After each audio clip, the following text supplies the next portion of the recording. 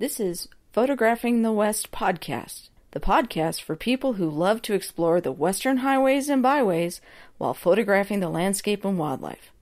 And now here's your host, Kirby Flanagan. Hello, and welcome to episode number 69 of the Photographing the West podcast. Twice a month, we bring you interviews with interesting people doing interesting things. Each episode is brought to you by Photo Tees, featuring my photos and designs on t-shirts and sweatshirts. Available on Amazon, Etsy, and my website. Today I have with me Steve Eilenberg and Marie Tarter to discuss the nuts and bolts of drone photography. Welcome, you two. Thank you, Kirby. Hi, Kirby. So what's the use case for drone photography? What does it allow you to do that you otherwise can't do with a camera? Well, I view it as a camera on a very tall tripod. So for me, it's just another camera in the bag that allows me to basically fine-tune how I want to present and visualize generally landscape photography.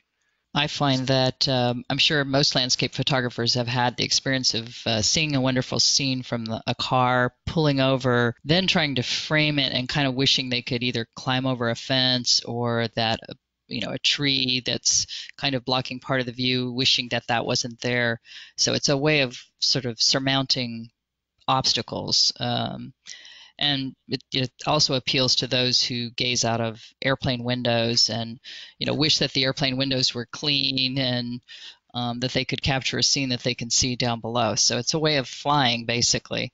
That's a lot safer than actual flying. I guess the other thing that's very appealing about it is the ability to have something different from where everybody else has placed their feet and their tripod to get a certain shot. And that probably has been the most rewarding thing, sort of making that landscape your own, because every time you fly, you're probably going to be in a slightly different position than anybody else has ever been before. Another thing that comes to mind for me is certain types of destinations I think really lend themselves to the grand overview that you can really only achieve from a height. I'm thinking in particular of our most recent destination was French Polynesia, where we were on some very remote atolls, which are basically ring-like strips of land. There's, if you're standing on them, there's very little to them, but they're quite amazing looking from the air, and it's something that you can't really appreciate any other way. So I think, as a supplement to the underwater photography we do and the landscape photography we do, it kind of rounds out the picture in a way that in some instances I think is almost essential. Yeah, that's a good point. Yeah, I agree. So obviously there's a case for landscape photography, and that's mostly what you see. And I know some people use it for real estate photography. What about for wildlife photography? Certain types of wildlife photography, I think it would be, or it is awesome for. Those are usually things that are not endangered or easily scared. Example comes to mind again, our trip to French Polynesia. We had a friend who has a similar rig to mine, and he popped on a polarizer filter and was able to find and track some humpback whales, not bothering them, not doing anything illegal, and not annoying any other photographers because nobody else was there. And that was absolutely awesome. But I'd be very hesitant to use this at least I'd be very circumspect before I took it out, especially if there was a chance I would cause a stampede. Perhaps the drone would be attacked by certain types of predator birds and could get hurt in the process. So I think I'd be very circumspect and have used it almost exclusively for landscape photography. Okay, yeah, good points. So DJI seems to be the 800-pound gorilla in drones. Are there other manufacturers that you recommend, or are you DJI fans too? DJI seems to, when I read the forums, I haven't ever flown anything other than a DJI, but when I read the forums, it seems like they really reign supreme. They've got such a fleshed out product line, from the Spark, which is more an amusement than anything else, to their Inspire high-end cinema ready equipment. And what I'm using is sort of a prosumer level equivalent probably to a one of the Sony smaller mirrorless cameras. So what does it cost to own a drone that can do serious photography, and what features do you look for? Yeah, that's a good question.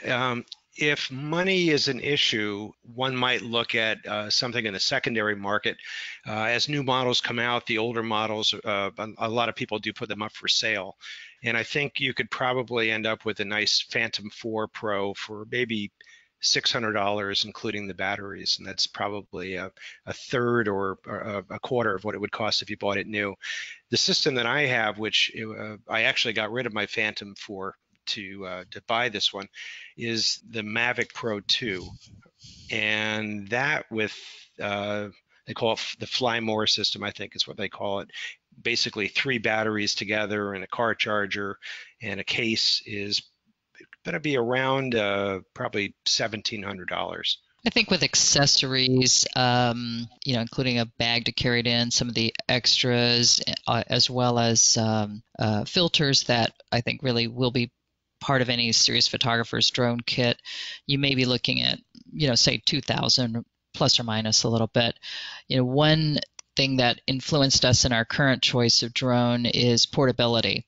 The drone we had before was wonderful to learn on, but it is the kind of a more rigid body construction with the legs, always extended. And, while that was fantastic to learn on and very easy to hand catch, it required its own backpack. So since we already travel with a lot of gear, particularly if we're doing an underwater photography trip, that became kind of a sticking point for us. And it definitely, every trip we'd have to sort of weigh the, does it go or doesn't it go? So the beauty of the system that we have now is that it's so small, even since everything folds up into quite a small compartment, we no longer have to have that debate. That's true. We were in the Badlands of New Mexico shooting, and there was some hiking involved. And Marie had her backpack, and I was carrying 2 backpacks, one with my big Nikon and lenses, and the other with the Phantom Pro and its bag. And it was brutal. And in fact, just after that trip, I sold it and bought the littler one. So what does $2,000 buy you in terms of cameras and zoom lenses, the size of the image processor? Yeah, this DJI bought Hasselblad several years ago, and I think they're incorporating some of their tech into the camera. The system I have and the one I had before, both the Mavic and the Phantom, have built-in cameras, so you're basically buying into that camera system, and there's very little you can do to change that. The camera that I'm using is a 28 millimeter equivalent, 1-inch CMOS sensor, and it shoots a 20 megapixel image in RAW if I choose to shoot RAW, which I do. With that and some image stitching, I can and have created enlargements in the 5 to 10 foot range, and they really hold together well. So I'm very impressed. It certainly doesn't have the low noise and the low light sensitivity that my Nikon D850 does, but it's very respectable. Speaking of noise, what kind of post-processing do you have to do with the photos that you get? I would say that if I am shooting in RAW and often panoramic, they're first imported into Lightroom, where I massage them moderately and probably will stitch them together at that point. And once they're fairly well massaged, I have had very good luck with a program called Aurora HDR 2019. And its name is HDR, and it does a fabulous job with HDR, but it actually will do a marvelous job with just a single image or a stitched set of images. And that has been quite a remarkable tool. And I'll probably finish it off in Photoshop and clean up the noise a bit with something I'm using this year, which I'm very happy with, called Neat. I think it's called Neat Image. Yeah, one thing that I would interject is, there's sort of two components to drone photography. One is just learning to fly it and to launch it safely, to operate it, and to land it safely. But when it's in the air, it is basic. You can just basically park it, and then sort of turn your attention to photography. And, basically the kind of setup that we have experience with DJI, you have either your iPhone or an iPad hooked up to the controller so that you have a dynamically changing histogram. You are changing the ISO, the shutter speed, all the normal photographic parameters you are adjusting on the fly in response to the situation, that you see. So, so you have this component where you're operating this device, but then you can essentially just park it as if it was on a tripod, of course, keeping an eye on the battery life.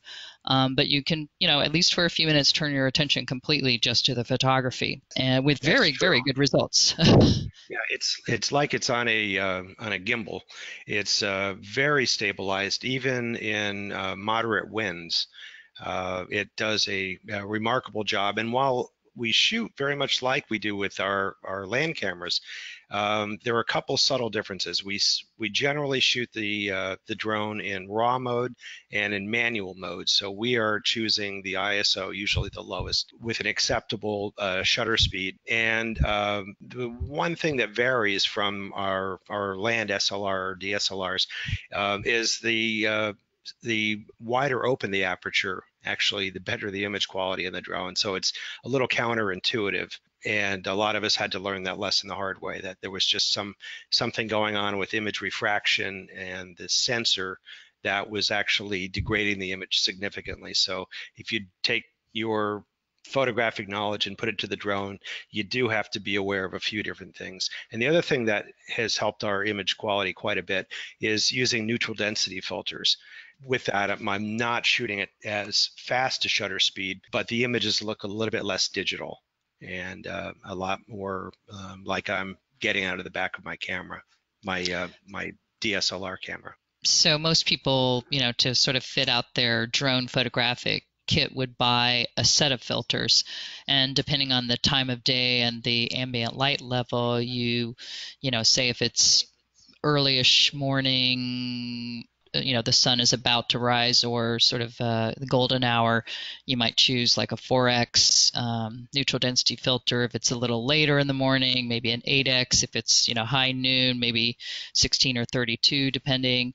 But you sort of match the neutral density filter to the time of day and the ambient light level, and that's one of the things you kind of figure out on the fly.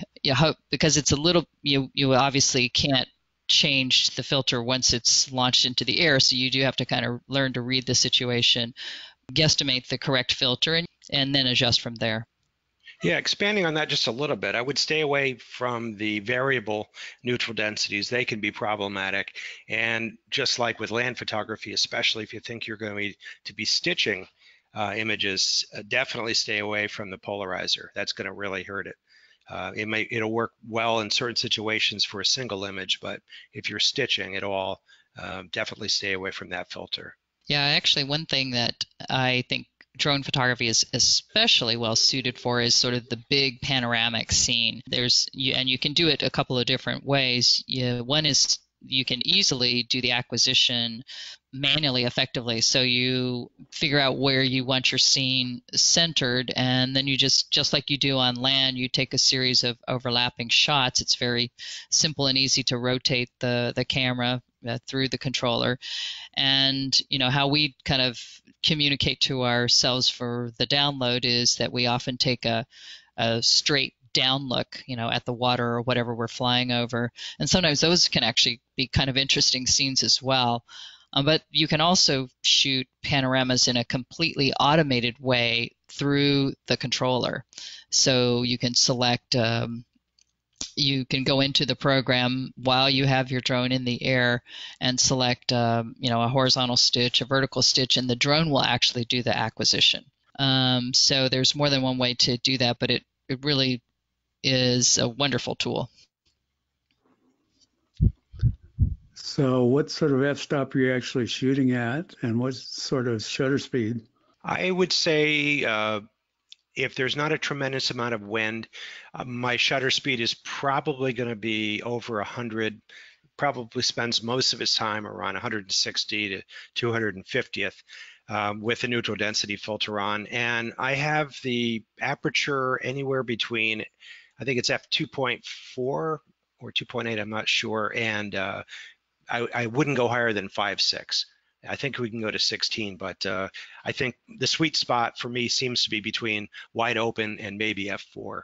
Going back to your discussion about massaging your images, anything special you need to do with the drone captures other than what you might normally do with a DSLR capture? Actually, no. It's pretty straightforward. When I download from trips, what I'm doing when the D850 and what I'm doing on the drone is pretty much it's pretty much the same algorithm. Okay. And how long does your battery pack last? Depends on what you're asking it to do. The simplest, if you're taking it up not far away from yourself and there's not much wind going on and you're not shooting video or tons of photos, can get upwards of 30 minutes on a fully charged battery. There's a lot of wind. The two considerations there, it's got to fight it a bit. And then if you fly it away, it's got to make it back home. So I might fly against the wind in and then bring it back with the wind just as a little extra insurance. I have, and most of us have them set up to alarm us when we get to a certain level. And you can set that battery level. Ours, I think, is set at 30%. And it starts making a very persistent and annoying sound where you really want to bring it home. It really induces anxiety. And it definitely does.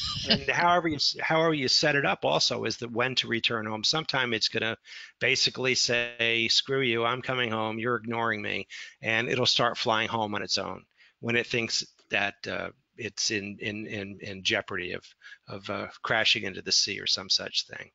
You can abort that, but it's going to try to save itself if you ignore the warnings. So you do have a readout that's, telling you, your battery presumably starts out close to 100%, but you do have a readout that you can see all along, and well before it starts heading toward 30%, and that really annoying, alarming, I tend to be starting to fly back at that point. Yeah, and a few other things about the battery and charging. Definitely get I definitely would recommend getting the cigarette lighter kit for the car. That has saved me many times. Basically, it's amazing how a beautiful scene can consume 3 batteries in seemingly no time, even if it is an hour and a half of fly time. The other thing to remember is the batteries are high capacity, but they discharge fairly quickly. So if I charged it this weekend and was going to fly next weekend, it's probably down 25% already. So it's in my best interest to get it out of the bag the night before and put it in my multi-charger and make sure everything is at 100%. So are these lithium-ion batteries or some other? They are lithium-ion. They're not the tend to explode polymer batteries that are in some RC vehicles. And interestingly, the device itself can assess the health of the battery, and each battery is identified in the app, and you basically can see if one is starting to fail and replace it. Another thing that we think is a good practice to do is to make sure to put your phone on Do Not Disturb before you hook it up, because there's enough. You've got several mental balls in the air already, and that's really not the time that you want to have a phone call come in or a text or something. It's like, okay, let's just concentrate on this for now. Boy, that's a good point. The screen will it'll hijack the screen, and the last thing I want to do when I'm flying is saying can't talk now, flying. So the Do Not Disturb is actually a terrific. That's a terrific tip. Highly recommended. Okay, good to know. I wouldn't have thought of that one. How about shooting video? Is that different anyway from shooting stills? I Well, really can't. I can't really speak to it. The image quality I know is fantastic and highly regarded in the model that I'm shooting. But as a still photographer, whether I'm underwater or topside or with the drone, I do not shoot much video. I think I'm a little. I mean, there are some of us out there that are using it as a still camera, but I do not shoot video routinely. I have been shooting some video, and the image quality is excellent. Now, the tricky part is, operating it smoothly in a pleasing way. So it's quite easy to switch over from still to video. It's literally at the press of a button. But then you have, sort of your normal video things. Is it on? Is it off? Sometimes you're recording when you think you're not, etc. I'm sure every videographer has made that mistake. But the main thing for me in terms of how pleasing the result is sort of, the starting and the stopping in a way that makes sense. But the image quality I think is superb. Yeah, I've seen a lot of amateur video and some of my amateur video too, and the jerkiness is a sort of it's a tell that the person is a newbie, at least with video. So you can actually mute the jerkiness by how you set up the controls, and there are even ways of setting up what's called a mission, where you will have it fly to a designated spot and do a circle and do something else. So you can actually pre-program it to fly very smoothly. And a number of people that I read on the forum do just that.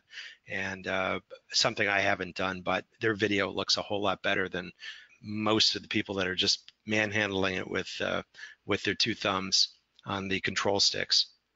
Yeah, I've been through that learning curve with a standard video camera too, and I don't know exactly what you mean. So it looks like there's lots of things to learn to do good quality stills or video. So what's the learning curve like, or how steep is it? How long is it? There is a learning curve. Oh, for sure. Yeah, it's very anxiety provoking. Again, when I'm on the forums, there are people that have bought their drones that are afraid to take them out. You just spent this chunk of money and you're about to send it into the unknown with an inexperienced flyer. But I basically took the drone out to the Four Corners area near was it Gooseneck Bend, and just sent the bird out with a lot of anxiety. It would have been very helpful to have a mentor, and I think I'm Marie proof positive of that. Definitely. Yeah, I think he benefited. And then the person I sold my big Phantom to, I gave him a lesson, which I think gave him a big leg up. So where to find people like that? If you don't know any, one place you could check is meetup groups. You could try putting in drones. It might be under quadcopter drone, RC drone, or something like that. But I know there are a lot of those around, and some of them are very accepting of newbies and would basically help them make their first flight. But basically, it's like learning to drive a car. I think that kids often feel like they've got it down after a day or two, but and may get a little cocky. But I think it's good to take it in incremental steps. Once you feel a little confident, maybe go a little farther away, but maybe don't send your drone for an endurance test a mile or two away. Keep it in eye shot and bring it in earlier than you think you need to.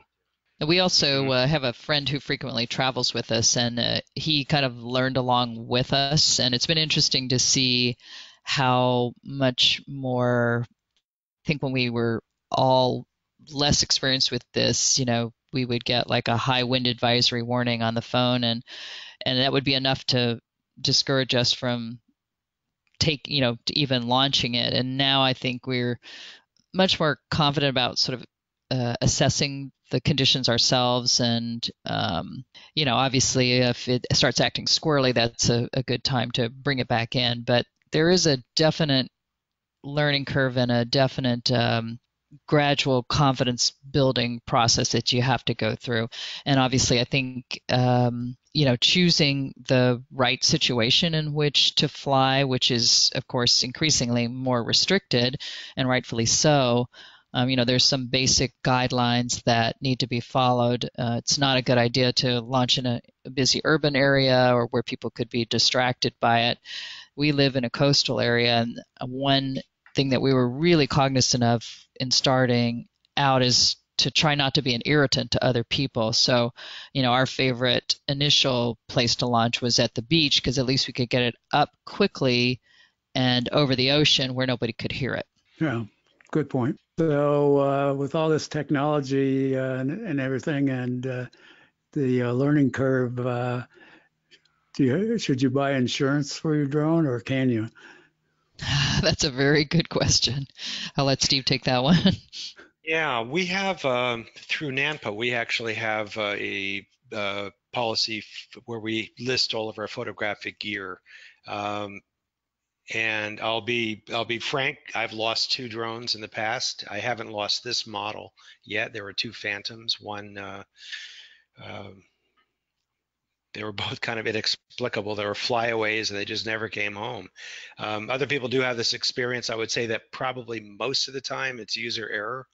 And my particular policy, I had a $500 deductible, and insurance had a check in my hand within a week. You can also buy insurance from DJI. I don't know what the policy, what type of deductible it has, but I think especially for the first drone, it's not a bad idea.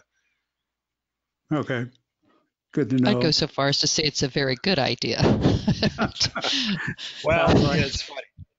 Yeah, in fact, one of them was kind of a funny flyaway. I was showing a very accomplished photographer in Lofoten, how Norway. easy it is to fly.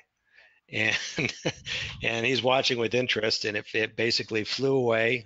There were no power lines, no weather, no wind, over a body of water with no predatory birds that I could see. And as I was demonstrating, it just disconnected, and it was gone. That was the end of it. But I have a theory about that, which is, and this is sort of a cautionary tale for any photographer. We were with a small photographic group of 5 photographers with, a guide and a driver. And, we have all of us have our gear piled in the back of a vehicle large enough to hold all of us. And like the very first day, the driver threw the back open and the 2 camera bags that were at the top of the heap went to ground. And I think it probably was equivalent to a concussion. So one of them was the drone bag. Well, the other one, full story, it was my other bag, and it killed my D800. It was DOA. And the drone flew, but Marie might be right that it had a little screw loose and decided to find another home. Huh. Okay. That said, with our little drone, we hand carry it it will actually fit in the small compartment of a photo backpack, and so we both carry photo backpacks, hand carried onto the plane, and that one has actually never it's never even skipped a beat. Yeah. So that brings us to a discussion of how durable are the drones. Yeah, if depending on the operator, obviously. Yep, and the situation. A minor crash might be on landing, catching a stout weed, and the drone being thrown off center and maybe destroying a few of the propellers. So definitely have spare propellers with you. Something more major, if it's in a tree and coming down, it's probably not going to survive. It may be repairable, but it's very unlikely to fly again, at least without serious intervention. They are also, the ones we have and have had are not waterproof. So not only would they be in peril in the rain, but the way the lens is set up, I think it would be, your results would be terrible even if you were in a light drizzle. So they are sturdy in the sense that a small drop may be related to a bad catch or a bad hand launch. They would probably survive, but much beyond that, it's going into the shop or into the trash. Well, that sounds kind of scary. So do you normally hand launch or launch from the ground, or what do you do when you're starting? An advantage of the Phantom was it was very easy to hand launch and catch. The Mavic and some of the other models like that are very low to the ground. So most of us are probably going to be taking off from the ground, and you can actually buy. It looks like it's a spring-loaded launch pad. Basically, it's like a way to use to in the field as a diffuser or a reflector. It's that same type of a system. And that's probably the cleanest and safest way to go off if you're not getting dust or sand involved, and you're not going to hit a weed or some such thing. Catching can be a little tricky because it is looking what's underneath it, so it sees your hand and it's very hesitant to come down, and you have to sort of force it into your hand, and people do get hurt. They do get propeller sliced. You're not going to lose a finger, but it may be as bad as something that needs stitches. So I do a lot of hand catching, and I'm pretty confident with that if there's not a lot of wind. But otherwise, if the substrate is stable, I will just bring it down. And it's a very nice system. It basically shuts itself off when it touches down. Yeah, for me, I am really glad that we actually had the bigger model that had the much more extended and fixed legs to learn on, because that one was very easy to feel very comfortable hand catching and hand launching, because your hands you have very very easy to grasp handles, the legs. And your hands were very far away from the propellers. So that was very good, I think, for learning. If we had started with, now I actually feel pretty comfortable based on that experience doing a hand catch with the little drone where the propellers are actually only a couple of inches from your fingers. But that has definitely been a process. And I almost always do a launch from the ground. But the nice thing about it is, you can. There's even more than one way to do that. Like how I normally do it, it just sends it up to 4 feet, and then you kind of fly it from there. So it's pretty simple. You just have to kind of take it incrementally and not get overconfident too fast. Yeah, and there are some situations that are just really dicey depending on whatever you're flying. I think on a boat, especially in the wind where the boat is swinging, you're trying to bring it back to home, and your arm is up, and the boat's moving, and it's trying to keep itself still with GPS tracking, and that could be a little dicey, especially if you've got any rigging going on. Those were some of the more difficult takeoff and landings that we've had. Were live from a boat. Yeah, got two moving objects. Well, usually the boat wouldn't be underway. We wouldn't generally fly in that situation. That would definitely make it worse. But, even a boat that's at anchor can swing a little bit. But that's one of the reasons why I felt like it was important to actually learn and be really comfortable doing a hand catch. Because, that's how you usually do. I think it's the safest way to bring it home on a boat. Okay. So do you have some sort of repair kit that you carry with you, or do they give you one, or do you have to buy one, or what? Well, what they come with, and we use this all the time, is all the models, I think, come with devices that basically hold the gimbal and camera in place. So if they get jostled, that's one of the most vulnerable parts, is the gimbal itself, the ultra stabilized gimbal. Having extra blades is useful, and having constraining devices that hold the propellers and the arms in place is something that we also use all the time. But as far as doing a field repair, pretty much if anything goes wrong, you're probably should not be flying it. So doing field repairs would be extremely difficult. So then you have to send it back to DJI, is that it? Yes. One of the more common things that I see on the forums is the camera will develop a nervous tic and start flicking itself in one direction or another. And that's the gimbal damage. And other than shutting it down, starting it up, reinitializing or some such, and hoping for the best. Most of the times when I read other people's problems, it seems like they don't cure themselves, and they have to go into the shop. So you keep mentioning a blog or something. What is that so other people can find it?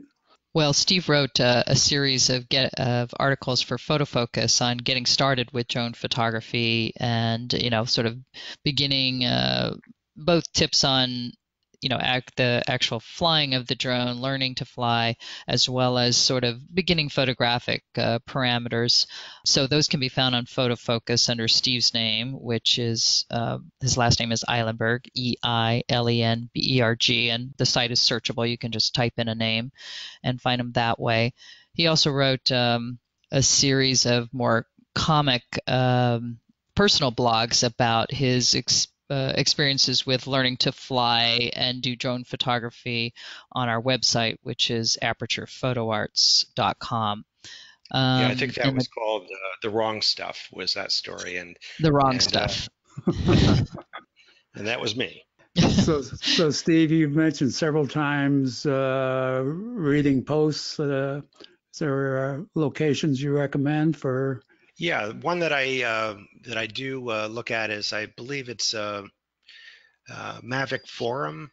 Okay. Any others? I'm actually looking for it right now. Okay. Let me see. Yeah, mavicspilots.com or mavicpilots.com. Okay. And that has been very helpful. It's also a place where people go when they've had problems, and there's so much data that's streaming back to your iPhone from the device, including how fast the four motors are spinning and at what temperature, and quality of the battery, and logging errors. So there are people that have either lost their drone or had issues with the drone and are able to upload the data, almost like the black box of a plane. And there are people that I think they just have maybe too much time on their hands, but they're actually analyzing these problems and coming up with proclamations. And usually it's user error. Yeah. Okay. All right. Well, before we go, we probably should talk about the legal restrictions for operating a drone. That is, where you can and can't use it, and when do you need a license, and then all those sorts of things. Well, this is very much of a moving target, and it's actually flip-flopped multiple times since I've been became a drone pilot. We do not have a commercial license, and what that means is I can't use this for real estate. I can't use this to promote a strip mall, or basically be hired by an entity to photograph their enterprise. I can do it if I don't accept money. Although I'm not sure why I would do that. I have registered the drone and have a registration FAA number, and it really requires just a few dollars and basic knowledge. Basically, a lot of it's just common sense. We have a ceiling of 400 feet. We are not supposed to fly over crowds of people, although how many people does it take to be a crowd? It's part of it is probably just good judgment. Would I fly over a very crowded beach? No. Would I fly over a beach where there were 5 or 10 people here and there? I probably would if I could. I have to be cognizant of the airspace, and sometimes the device itself will tell you that you're in a restricted airspace. Other times I'll actually be looking it up on an app. But not only is it the airports, but even heliports at hospitals are considered an airspace. So you really have to be aware of what's going on, and staying out of stadiums, respecting people's privacy. Should go without saying, but needs to be said, that you probably should not be intoxicated or under the influence when you're flying your drone, and this is actually a thing. And beyond that, I try to be as respectful as possible. There have been peeping Toms out there who have got themselves in trouble, and one of the most heinous things, I think, are people that want to barge in on a disaster, whether it's terrible collision on the highway, or maybe the wildfires that are going on right now near Los Angeles, because you will prevent rescue and other enterprises, other planes that might be trying to work the fire are going to be grounded while you're trying to get your spectacular picture. So that's just a terrible, terrible thing. So basically, stay away from any natural disaster unless you're part of the rescue recovery team. One way that we, ascertain whether a site is suitable to fly in is, just common sense, look around. But there is an app that we have on our phones called Before You Fly. And of course, it knows where you are from the GPS and will alert you that you are too close to an airport or an airport equivalent, that is a hospital with a heliport. And the general rule is not within 5 miles of an airport. So, we, of course, have the majority of the time we've used our drone have been in pretty remote areas. And since we do a lot of underwater photography, we are often in very remote islands or on a boat, not even near land sometimes. Some of the most enjoyable flying we've done has been in Indonesia, Fiji, most recently in French Polynesia, where there just isn't a lot of air traffic where we are. And then, of course, in the backcountry of the U.S. as well. Maybe not, they aren't allowed in national parks, but there may be similar topography that are outside of the national parks, that can be enjoyed with a drone. Yeah, I think when we were up at Jackson Hole and Yellowstone, there's no flying anywhere, and we're heading out to New York City next week. There's basically no flying anywhere except Coney Island, which is actually very interesting from the air, and I have shot some there. But again, being very aware of where you are. Sometimes the equipment doesn't let you fly, and other times you should just know that you're not supposed to be in the air. So going back to the insurance question for a moment, does the Napa insurance policy include liability insurance?